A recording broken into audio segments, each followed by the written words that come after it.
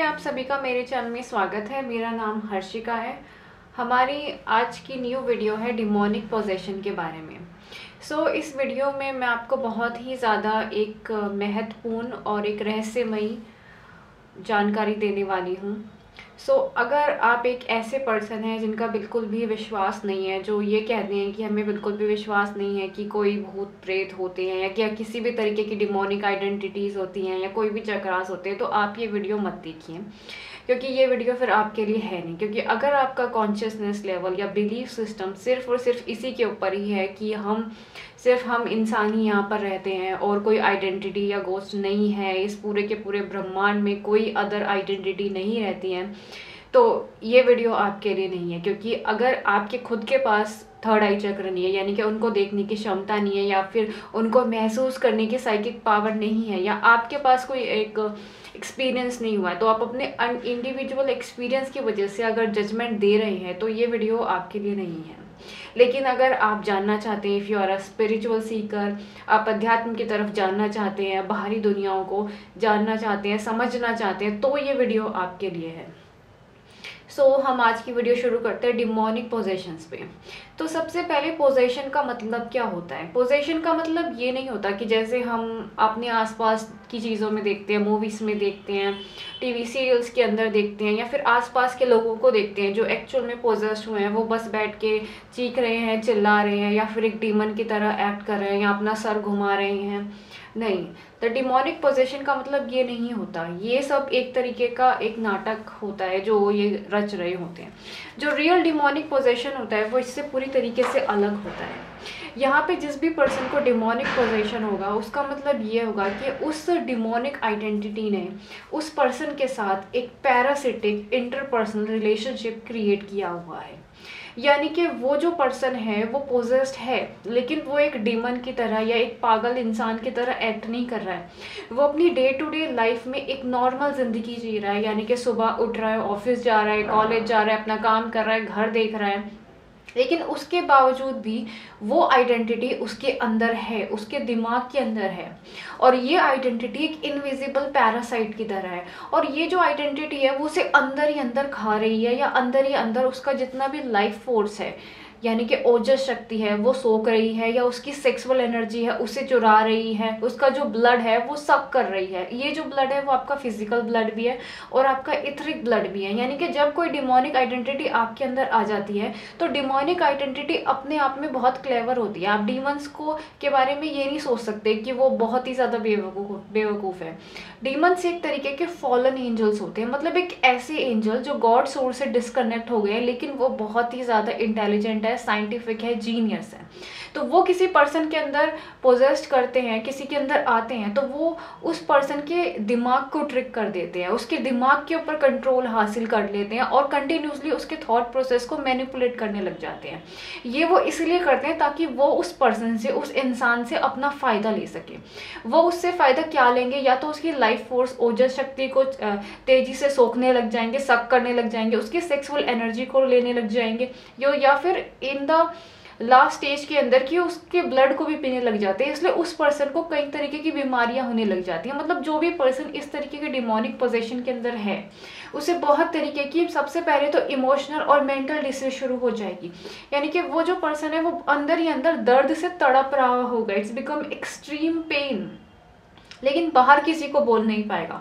उस पर्सन को continuously anxiety रहेगी, बहुत ज़्यादा डर रहेगा, वो रात रात भर सो नहीं पाएगा, उसे कई तरीके के फोबियास आएंगे, उसके दिमाग में हमेशा झगड़े चलते रहेंगे, वो एक डिप्रेशंस में हो जाएगा, एडिक्शन हो जाएगी, कभी उसे अल्कोहल की एडिक्शन हो जाएगी, सेक्स की एडिक्शन हो सकती है, या फिर पेन की या लव की एडिक्शन हो सकती है, बाइपोलर डिसीज हो जाएगा, इंसोमेनिया, मेंटल फॉग, कन्फ्यूजन और इनडिसिवनेस की एनर्जी में रहेगा।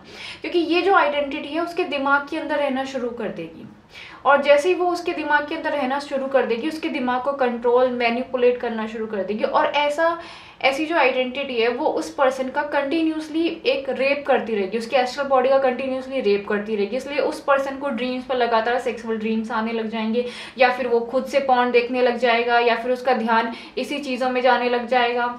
तो ये जो आइडेंटिटी है, इसके अलावा उसकी ज़िंदगी से सारी की सारी खुशियाँ, हैप्पीनेस, जॉय, जो भी उसकी खुशी है, प्यार है, अबंडेंस है, वो सब कुछ छीन लेगी, उससे उसका भाग्य को चुरा लेगी।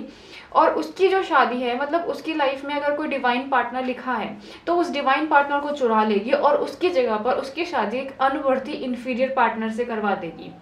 यानी कि बेसिकली वो आपसे आपका भाग्य चुरा लिया, आपके भाग्य में कोई डायमंड है, उस डायमंड को चुरा के आपके हाथ में गार्बेज यानी कि कूड़ा पकड़ा देगी।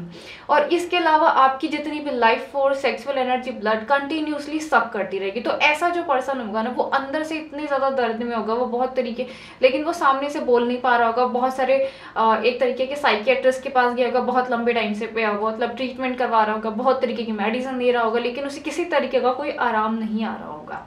लेकिन रियल जो उसका रीज़न होगा वो ये होगा कि वो इस टाइम पे पोजेस चल रहा है। सो डिमोनिक पोजेशन एक बहुत ही खतरनाक तरीके की एक स्टेज होती है जिसके अंदर पर्सन कभी भी एक डीमन की तरह एक्ट नहीं करने लग जाता, यानी कि अपना सर नहीं घुमा रहा, चिल्ला नहीं रहा, वो बस एक नॉर्मल लाइफ जी रहा होता है, लेकिन अंदर ही अंदर तड़प रहा होता है दर्द से। सो ये जो पोजेशंस होते हैं वो तीन तरीके के होते हैं। पहला जो होता है वो एक डिस्कार्नेट सोल का पोजेशन होता है, यानी कि डेड ह्यूमन सोल्स का। दूसरा जो पोजेशन होता है वो एक डिमोनिक पोजेशन होता है, जिसे स्लीप पैरालिसिस डीमन भी कहते हैं।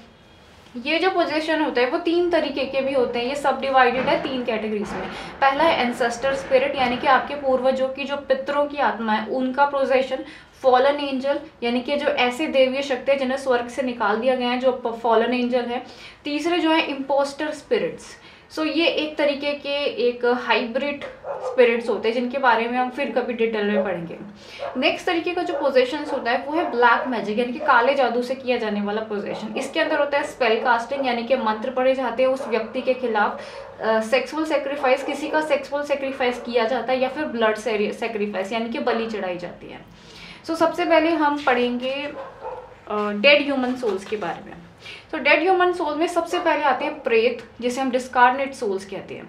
तो डिस्कार्नेट सोल बनते कैसे हैं? बेसिकली ये एक ह्यूमन सोल होते हैं, यानी कि जब कोई इंसान मरता है तो जब वो मरने लगता है तो जब उसकी जो प्राणा शक्ति है, जब वो आँख, नाक, मुंह या जेनाइटल से बाहर निकलेगी और उस टाइम पे उसके सारे चक्र बंद हैं और वो एक अनसेटिस्फाइड डिज़ायर में मरा है, यानी कि उसकी ऐसी कोई डिज़ायर थी जो पूरी नहीं हुई है, या बहुत ही ज़्यादा दुख में मरा है, या बहुत ही ज़्यादा लस्ट की एनर्जी में मरा है, तो वो जो पर्सन होता है वो एक डिस्कार्नेट सोल के अंदर बदल जाता है। मतलब एक ऐसा पर्सन जिसका कोई स्पिरिचुअल कनेक्शन नहीं रहा अपने सबटल बॉडी से, यानी कि जब उसकी फिजिकल डेथ होने से पहले ही उसकी जो सोल बॉडी है, यानी कि सबटल बॉडी है, etheric body, emotional body, mental body, astral body, ये सारी बॉडीज खराब होने लग गई, सड़ने लग गई, टूटने लगने लग गई और फटने लग गई। तब वो व्यक्ति बहुत ही ज़्यादा तड़प के मरता है, यानी कि उसकी जो प्राणा शक्ति आंख, नाक, मुंह या जेनाइटल से निकलती है।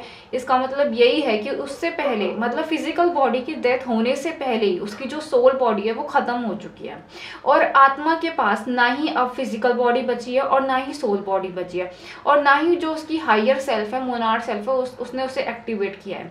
क्योंकि एक आत्मा के पास बेसिकली 12 शरीर होते हैं, सिर्फ फिजिकल बॉडी नहीं होती। अगर आप मल्टी डायमेंशनल सोल एनाटॉमी के बारे में पढ़ेंगे तो आपको पता चलेगा कि हमारे पास सिर्फ फिजिकल बॉडी नहीं है, वी हैव 12 बॉडीज, जिसके अंदर आती है सबटल बॉडी, यानी कि 7 बॉडीज, जिसके अंदर मैंने इथरिक बॉडी, इमोशनल बॉडीज के बारे में पढ़ाया था। आप इसकी जानकारी लेने के लिए आप मेरी पिछली वीडियोस देख सकते हैं सोल एनाटॉमी पे, उसमें आपको पता चल जाएगा, क्योंकि इस वीडियो में मैं डिटेल में आपको बताऊंगी नहीं। इसके अलावा हायर मोनार्क सेल्फ होती है। तो जब किसी व्यक्ति की मृत्यु होती है और उसकी फिजिकल बॉडी के मरने से पहले ही उसकी ये सारी बॉडीज खराब हो जाती हैं या फिर फट जाती हैं, तो आत्मा के पास कोई शरीर नहीं बचता, ना ही फिजिकल बॉडी बचती है, ना ही सोल बॉडी बचती है। तब एक आत्मा इस रूप में आ जाती है, यानी कि एक डिस्कार्नेट सोल के रूप में आ जाती है, वो एक प्रेत बन जाती है। अब ये जो प्रेत होते हैं ये बेसिकली अर्थ के ऊपर उन हॉन्टेड प्लेसेस को चूज कर लेते हैं जो इनकी फ्रिक्वेंसी से मिलते जुलते हैं। मतलब कि ये प्रेत उन्हीं जगहों पे जाके बस जाते हैं, यानी कि क्रिमिनेशन सेंटर्स में जाके बस जाएंगे, हॉस्पिटल्स के अंदर होंगे, या फिर कहीं गार्बेज होगी वहां पर होंगे, या फिर किसी ऐसी जगह पे, किसी ऐसे घर पे रहना शुरू कर देते हैं जहां पर कोई ट्रोमैटिक इवेंट हुआ हो, यानी कि किसी का मर्डर हुआ, कोई चोरी हुई हो, या किसी के साथ अब्यूज हुआ हो। तो अर्थ में ऐसी जगह ये ढूंढ लेते हैं जो इनकी फ्रिक्वेंसी से मैच करती है और वहां पर जाकर ये बस जाते हैं। अब ये टारगेट करते हैं, ये हमेशा ह्यूमंस को टारगेट करते हैं, उन लोगों को टारगेट करते हैं जो इमोशनली, मेंटली और स्पिरिचुअली वीक है, कमजोर है। और ये उनको टारगेट करते हैं और स्पेसिफिकली स्पाइन में जाके अटैक हो जाते हैं। They are targeting the spine, यानी कि जब किसी भी पर्सन के ऊपर अटैक करेंगे तो वो उसकी स्पाइन के अंदर चले जाएंगे। ये सारे इनका बेसिक जो टारगेट का एरिया है वो है स्पाइन, और जब ये स्पाइन के अंदर चले जाते हैं तो उस पर्सन को सीवियर पेन होने लग जाता है स्पाइन के अंदर, या स्पाइन से रिलेटेड डिसऑर्डर आने लग जाते हैं उसको अपनी लाइफ में। सो ये पहला तरीके का डिमोनिक पोजेशंस है। सो मोस्टली जो हीलर्स होते हैं उन्हें हमेशा एक तरीके की अवेयरनेस रखनी चाहिए, यानी कि जब भी वो किसी को हील करते हैं उन्हें अपने आप को प्रोटेक्ट करके रखना चाहिए, क्योंकि बहुत बार ये जो आइडेंटिटी होती है वो जंप कर दी है एक से दूसरे पर्सन के अंदर। सो बहुत कुछ टाइम पहले मेरी एक क्लाइंट थी जिसने इसी तरीके का हीलिंग वर्क किया, और बाद में जाके उसने एक पेशेंट को पूरी तरीके से रिकवर किया, लेकिन उस रिकवर करने के कुछ ही घंटे बाद उससे बहुत ही तेज एकदम सीवियर स्पाइन के अंदर पेन होने लग गया। So you have to protect yourself कि ये जो आइडेंटिटी है वो basically they are targeting the spine, कि ये स्पाइन के अंदर ही टारगेट करते हैं। सो ये पहले तरीके का एक पोजेशन होता है। नेक्स्ट टाइप का जो पोजीशन होता है वो है स्लीप पैरालिसिस का पोजीशन, यानी कि डिमोनिक स्पिरिट स्लीप पैरालिसिस। तो ये जो पोजीशन होता है ये बेसिकली राक्षसों के थ्रू होता है। अब राक्षस जो होते हैं ना वो ह्यूमन सोल से पूरी तरीके से अलग होते हैं, ये दूसरे डायमेंशन से ही आए होते हैं, इनका अर्थ से कोई लेना देना नहीं होता। सो इनका जो अटैक होता है ना बेसिकली उस पर्सन को सबसे पहले स्लीप पैरालिसिस ही महसूस होगा, जिसके ऊपर भी इनका अटैक होगा। दे आर फर्स्ट स्टेज ही इनकी ये होती है कि they are experiencing the sleep paralysis. और स्लीप पैरालिसिस एक ऐसी स्टेज होती है जब एक पर्सन लेटा हुआ होता है, सो रहा होता है, लेकिन अचानक से वो अपने हाथ पैर हिला नहीं पा रहा, वो कुछ बोल नहीं पा रहा, वो कुछ नहीं, वो मतलब हिल ही नहीं पा रहा, वो एकदम पैरालाइज्ड हो गया। तो ये जो पैरालिसिस स्टेज होती है ये डीमन के थ्रू होती है, यानी कि ये अपना जब पहला अटैक करते हैं तो सबसे पहले डीमन अपनी पावर से उस पर्सन को पैरालाइज्ड कर देगा। और ये पैरालाइज सिर्फ उसकी फिजिकल बॉडी में नहीं होगा, वो उसकी एस्ट्रल बॉडी और सबटल बॉडीज को भी अच्छे से पैरालाइज कर देगा। उसके बाद ये जो पैरालाइज होता है कुछ लोगों के लिए सेकंड्स में चलता है, कुछ लोगों के लिए मिनट्स में चलता है, कुछ लोगों के लिए कई घंटों तक चलता है ये। यानी कि उन घंटों के अंदर या उन मिनट्स उन सेकंड्स के अंदर ये जो डीमन है एक तरीके का रेप करेगा, ये पेनिट्रेट करेगा आपकी एस्ट्रल बॉडीज में। और ये जो डीमंस है वो मेल और फीमेल दोनों को टारगेट करते हैं।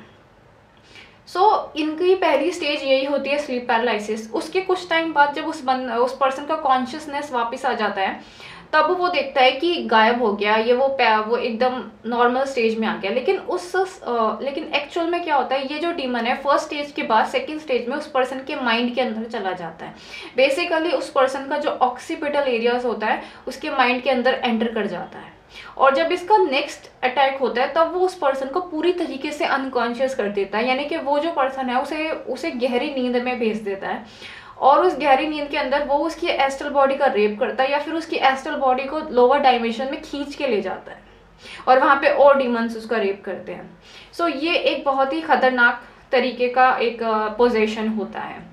नेक्स्ट इसी के अंदर अगर आपके अंदर इतनी स्पिरिचुअल डेवलपमेंट हो, थर्ड आई चक्र आपने जागृत कर रखा हो या क्राउन चक्र आपने जागृत कर रखा हो, तो आप इस डीमन को एक्चुअल में देख पाएंगे। यानी कि इस डीमन को आप एक्चुअल में देख सकते हैं कि यहाँ आसपास देख सकते हैं, क्योंकि they are moving in earth. So I have my own experience कि मैंने अपने एक्सपीरियंस से देखा है इन्हें। सो ये आप इन्हें देख पाएंगे अगर आप इतने ज़्यादा स्पिरिचुअली अवेयर हैं, आपके पास सिद्धि है, यू कैन वॉच देम। इनकी हाइट 15 फीट तक होती है और ये बहुत ही ज़्यादा इंटेलिजेंट होते हैं। इनके आइज़ का कलर एकदम रेड होता है। ये हमेशा टारगेट करते रहते हैं ह्यूमंस को। इनका पहला अटैक एक स्लीप पैरालिसिस वाला ही होता है, और सेकंड अटैक में ये पूरी तरीके से उसके पर्सन में एंटर कर जाते हैं, या फिर उसकी एस्ट्रल बॉडी का कंटिन्यू रेप करते रहते हैं, उसके एथरिक स्पर्म को चुराते रहते हैं, उसकी सेक्सुअल एनर्जी को चुराते रहते हैं।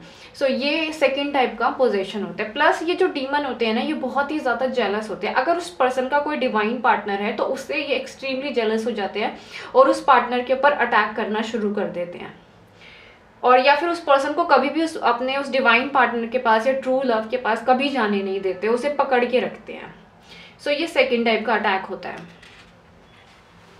अब थर्ड टाइप का जो अटैक होता है वो है ब्लैक मैजिक अटैक, यानी कि काले जादू का अटैक। सो इस अटैक के अंदर एक तरीके की सबसे पहली जो स्टेज है वो है स्पेल कास्टिंग, यानी कि मंत्र शक्ति का इस्तेमाल किया जाता है। यानी कि जिस भी पर्सन को टारगेट किया जाए उसके खिलाफ मंत्र पढ़े जाते हैं, उसके खिलाफ प्रेयर्स पढ़ी जाती है। अब ये जो मंत्र और प्रेयर्स ज़रूरी नहीं है कि तंत्र में हो, ये बाइबल के अंदर भी होते हैं, ये हर जगह होते हैं, मतलब हर जगह इस तरीके के इविल मंत्र और प्रेयर्स होते हैं जिसके थ्रू कर्सेस को सेंड किया जाता है, बाकायदा मंत्र सेंड करके या बाकायदा मतलब एक अग्नि का अनुष्ठान करके उस पर्सन के खिलाफ मंत्र भेजे जाते हैं, प्रेयर्स करी जाती है, हेक्सेस उसके खिलाफ भेजे जाते हैं, या फिर एक इविल स्पिरिट एनिमल उसके खिलाफ भेजा जाता है। For example evil spirit animal में जो मैंने एक्सपीरियंस किया है वो सबसे कॉमन इवल स्पिरिट एनिमल है रैट, यानी कि उसकी ज़िंदगी में इवल स्पिरिट एनिमल रैट को भेजा जाता है। तो रैट जब भी जाएगा तो वो उसकी सारी मॉनिटरिंग गेन्स या जो भी उसका अबंडेंस है वो खा जाएगा,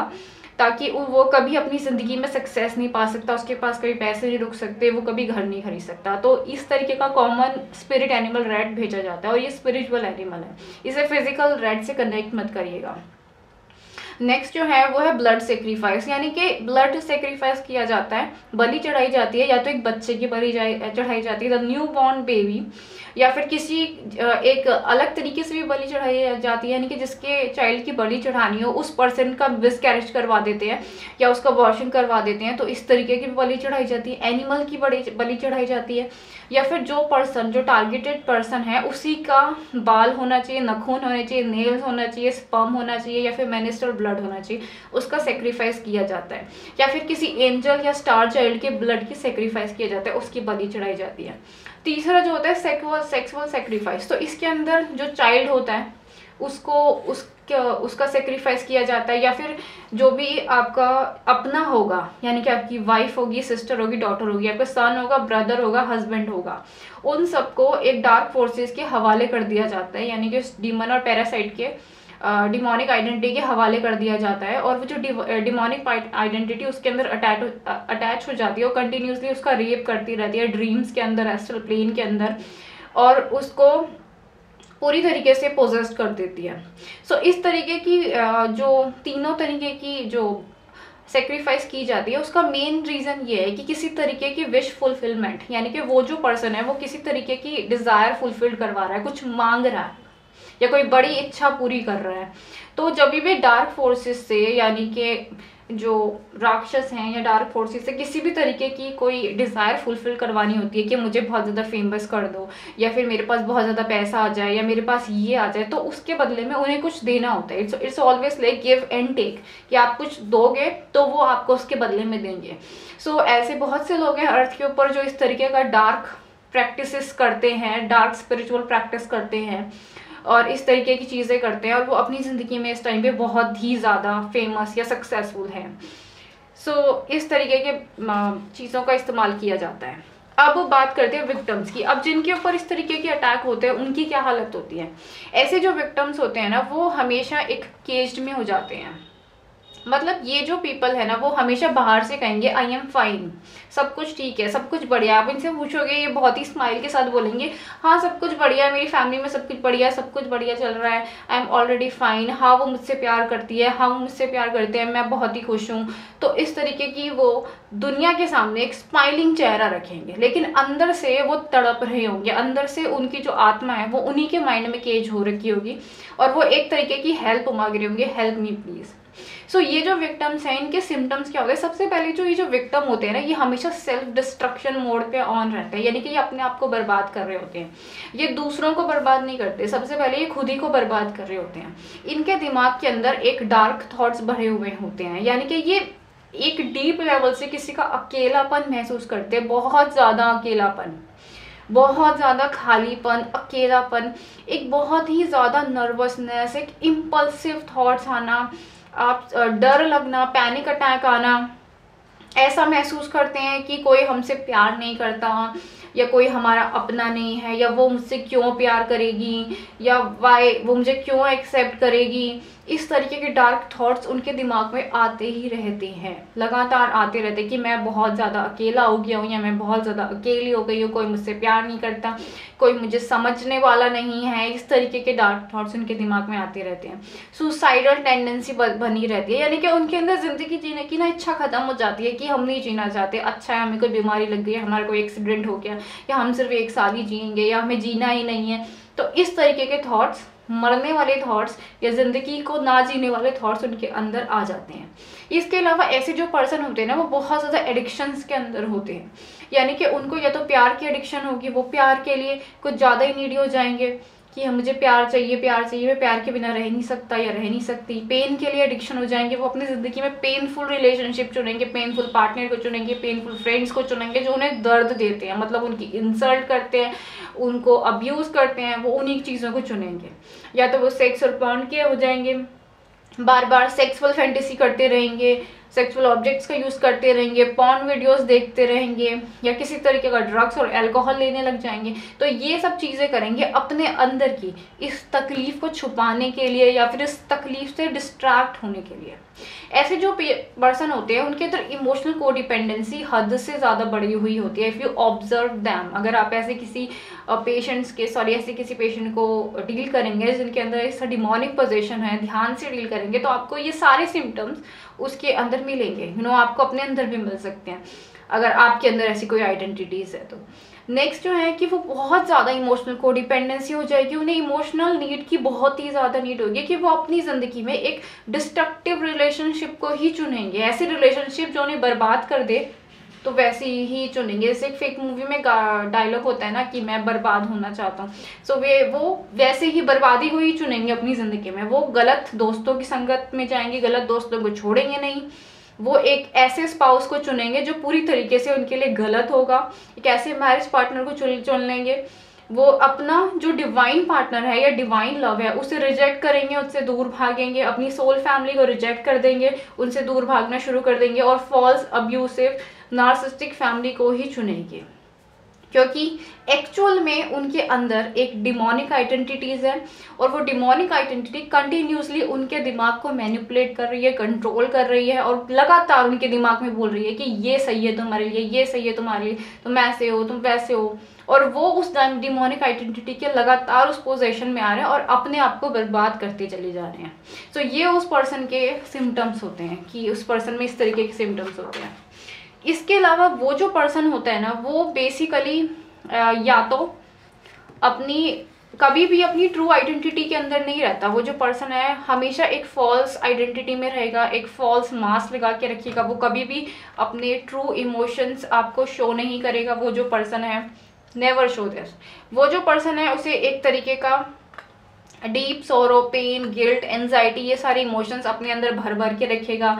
वो हमेशा डे ड्रीमिंग करेगा, फैंटेसी वर्ल्ड के अंदर घूमेगा और उसे बहुत तरीके के ना एक मेंटल डिसीज होंगी, bipolar, depression, compulsive thoughts, obsessive thoughts, insomnia, डरावने सपने आते होंगे, उसे डर लगता होगा अंधेरे से, फोबियास। सो ऐसे बहुत सारे सिम्टम्स है जो मैंने इस टाइम पे नहीं लिखे लेकिन उस पर्सन को होंगे। नेक्स्ट जो है वो जो पर्सन है वो कभी भी मेडिटेट नहीं कर पाएगा या फिर कभी भी चैंट नहीं कर सकता, कोई साधना पूरी नहीं कर सकता वो, जिसको भी इस तरीके का पोजीशन है, क्योंकि ये जो आइडेंटिटी होती है वो एक तरीके का ऑडिटरी डिस्टर्बेंस क्रिएट करती है उस पर्सन के माइंड में। यानी कि जब भी वो साधना करने के लिए बैठेगा तो उसके दिमाग में किसी तरीके का डिस्टर्बिंग म्यूजिक बजने लग जाएगा, किसी भी तरीके का कोई और म्यूजिक बजने लग गया, कोई गाना बजने लग गया या फिर कोई ऐसा कोई रिलीजियन म्यूजिक बजने लग गया, कोई हरे कृष्णा हरे रामा या फिर जय माता की या फिर कोई भी तरीके का एक ऐसा म्यूजिक बजने लग जाएगा जो उसे चैंट करने से रोके। सो इस तरीके का एक मेंटल डिसेप्शन क्रिएट रहेगा, या वो पर्सन कभी एक चैंट नहीं कर सकता। ऐसा जो पर्सन होगा वो उसकी ज़िंदगी में लॉसेस लगातार होते रहेंगे, उसके फ्रेंड का, उसके ट्रू लव का, मनी का, जॉब का, बेटरे का, एक तरीके की बैकवर्डनेस उसकी लाइफ के अंदर लगती रहेगी जिसका भी ये होगा। और वो जो पर्सन होगा, ये जो डिमोनिक आइडेंटिटीज है उस पर्सन को कभी कभी बहुत ज़्यादा ईगोस्टिक बना देती है, ईगो डिज़ायर्स को बना देती है। तो वो पर्सन हमेशा मेटेरियलिस्टिक डिज़ायर्स के पे फोकस करेगा या मनी, सेक्स या अपनी एडिक्शन की चीज़ों पे फोकस करेगा। ये सारे उस पर्सन के सिम्टम्स होते हैं जिसके अंदर भी इस तरीके की डेमोनिक आइडेंटिटीज होती है। नेक्स्ट जो हम बात करेंगे वो है रेमेडियल्स पार्ट के बारे में, कि वो जो पर्सन है जिसको भी इस तरीके का पोजेशन हो उसे किस तरीके की रेमेडीज करनी चाहिए या किस तरीके से उन्हें उपाय करने चाहिए जिससे उनका ये पोजेशंस है उनको रिलीफ मिले या फिर उनकी मदद हो। सबसे पहली जो इसकी रेमेडी है यानी कि उपाय है वो है सोल कॉलिंग, यानी कि आपको बुलाना होगा। यू हैव टू, क्योंकि जितने भी एंजल्स होते हैं या देवता होते हैं वो बिना बुलाए तो आते नहीं है, उन्हें तो हमेशा आह्वान करके बुलाना होता है। लेकिन जितने भी डीमंस होते हैं वो अपने आप ही आ जाते हैं ना, मुसीबत और नेगेटिव आइडेंटिटीज अपने आप आ जाते हैं। लेकिन जितने भी एंजल्स हैं उन्हें बुलाना पड़ता है। तो यहाँ पे सबसे पहले आपको बुलाना है द सोल कॉलिंग, यानी कि अगर आप रक्षा चाहते हैं, प्रोटेक्शन चाहते हैं, तो आपको call divine mother, divine father, यानी कि आपको बुलाना है माँ को या अपने डिवाइन फादर को, या फिर आपको बुलाना है आपने गार्जियन एंजल्स को बाय प्रेयर्स के थ्रू या फिर मेडिटेशन के थ्रू। आपको अपने गार्जियन एंजल्स को बुलाना है, अपने गार्जियन पेरेंट्स को बुलाना है, या फिर आप अपने ट्विन फ्लेम की हायर सेल्फ को बुला सकते हैं। अगर आपको लगता है कि आपका ट्विन फ्लेम इतना ज़्यादा स्पिरिचुअली पावरफुल है, उसमें इतनी पोटेंशियल है कि वो किसी डीमन को हरा सके, तो आप अपने ट्विन फ्लेम के हायर सेल्फ को बुला सकते हैं, अदरवाइज नहीं।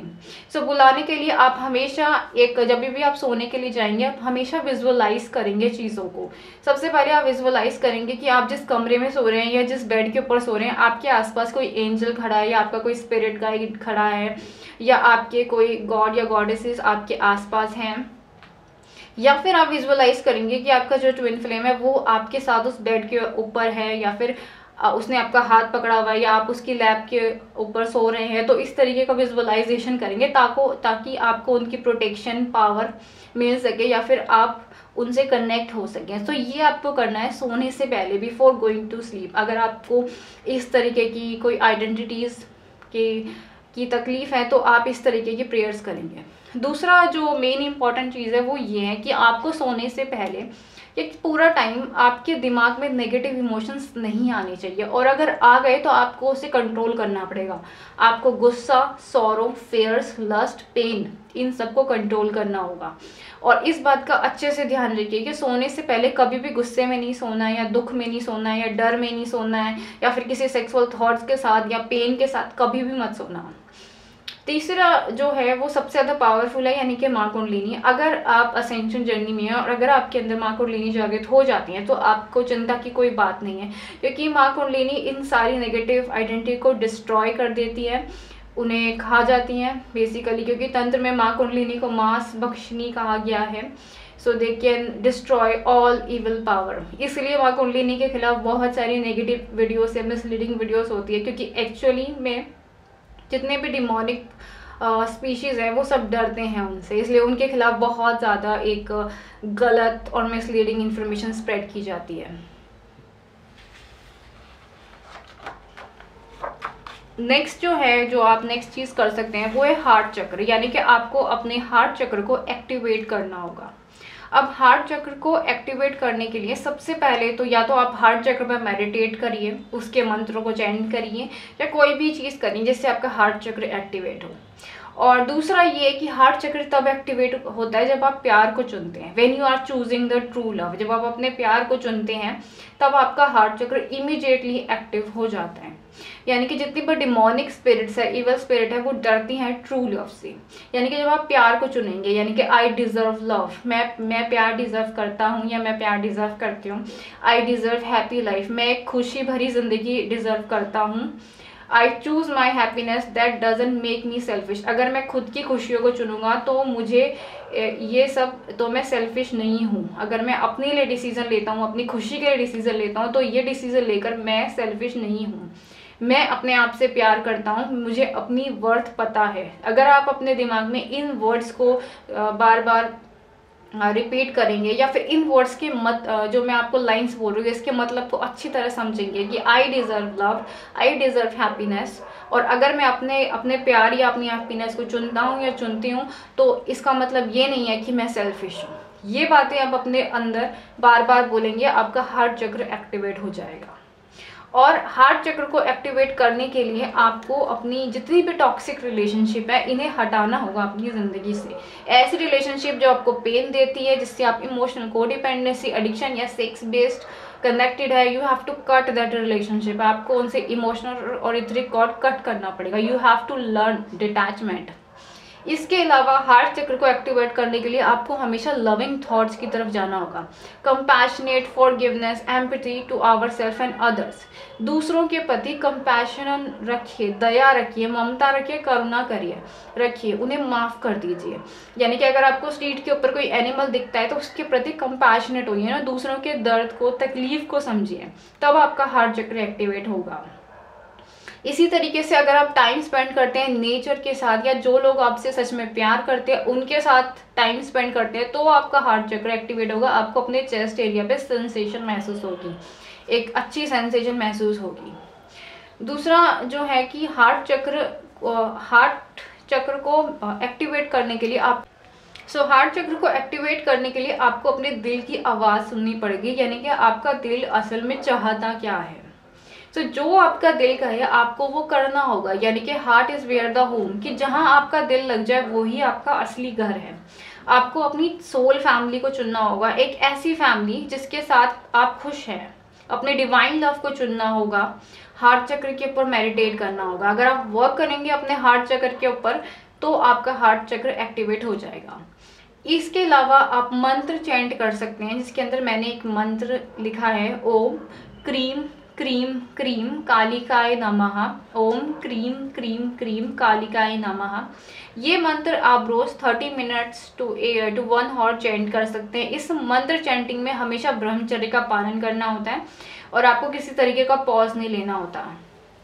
नेक्स्ट जो मेथड है डिमोनिक पोजेशंस को रिमूव करने का, वो है एक्सोसिस्टम। एक्सोसिस्ट करने के लिए तो मैं आपको नहीं सिखाऊंगी कि इसकी विधि क्या होती है या मंत्र क्या होते हैं, क्योंकि ये जो एक्सोसिस्ट है वो बहुत ही तरीके की जो स्किल्ड तांत्रिक होते हैं या जो स्किल साइकिक हो जाए या सेंशन टीचर होते हैं वो ही कर सकते हैं। इसलिए that's why I am not teaching you how to do exorcist. Next जो है होम वास्तु, यानी कि आप अपने डे टू डे लाइफ में या घर में ऐसी रेमेडीज कर सकते हैं। तो होम वास्तु में आपको डेली कपूर जलाना होगा, डेली, या फिर कपूर की एक बड़ी वाली स्टिक आती है जो अमेजोन के अंदर बनती है, आप उसे जला के रख सकते हैं। आपको तेल का दिया जलाना होगा, लेवेंडर कैंडल, ये सब आप रोज शाम को या रात को सोने से पहले कर सकते हैं कि लेवेंडर कैंडल को इनलाइट कर सकते हैं, जला सकते हैं। आप सोने से पहले अपने सर के नीचे त्रिशूल रख सकते हैं। आप ड्रीम कैचर लगा सकते हैं। ये सब होम वास्तु के लिए। नेक्स्ट जो है वो काफ़ी ज़्यादा इंपॉर्टेंट है, वो है अपामार की रूट। यानी कि आपको अपामार की रूट लेनी है, उसे सिंदूर से कोटेड करना है पूरी तरीके से और उसे जलाना है। और जब आप ये करेंगे सो आपको घर के सारे खिड़की दरवाजे बंद कर देने और 30 मिनट्स तक ऐसे ही रखना है। जब आप इसे ऐसे ही रखेंगे तो आपके घर में कोई भी ऐसा पर्सन है जिससे इस तरीके का पोजीशन है या आपको है, उसे इमीडिएटली या कुछ देर बाद ही डिस्कम्फर्ट महसूस होने लगेगा। यानी कि जब आप ये रेमेडीज अगर होम वास्तु में करते हैं तो आपके घर में कोई भी ऐसा पर्सन है जो इस रेमेडी से डिस्कम्फर्ट हो रहा है या आप डिस्कम्फर्ट हो रहे हैं, तो आप समझ सकते हैं कि कुछ गड़बड़ है। ये थी मेरी आज की वीडियो। अगर आपको मेरी वीडियो अच्छी लगी हो तो प्लीज़ इसे लाइक करिए, शेयर करिए, सब्सक्राइब करिए। आप इतना तो कर ही सकते हैं मेरे लिए। नेक्स्ट ये है कि अगर आपको ये वीडियो पसंद आई है तो प्लीज़ इसे ज़्यादातर लोगों के साथ शेयर करिएगा, क्योंकि शेयर करने का मतलब यही है कि आप इन्फॉर्मेशंस को स्प्रेड कर रहे हैं। और आप में से जो भी लोग प्राइवेट रीडिंग लेने में इंटरेस्टेड हैं वो मुझे ईमेल कर सकते हैं या फिर आप साधना सीख सकते हैं। और अगर आप चाहें तो मेंबरशिप प्रोग्राम में पार्टिसिपेट कर सकते हैं, क्योंकि मैं वहाँ पर हर एक महीने एक एक्सक्लूसिव टीचिंग वीडियो अपलोड करती हूँ। और मेरी जो बुक है वो अमेजोन किंडल पे अवेलेबल है। आप चाहे तो मोर इन्फॉर्मेशन के लिए आप उसे पढ़ सकते हैं। Thank you so much for watching.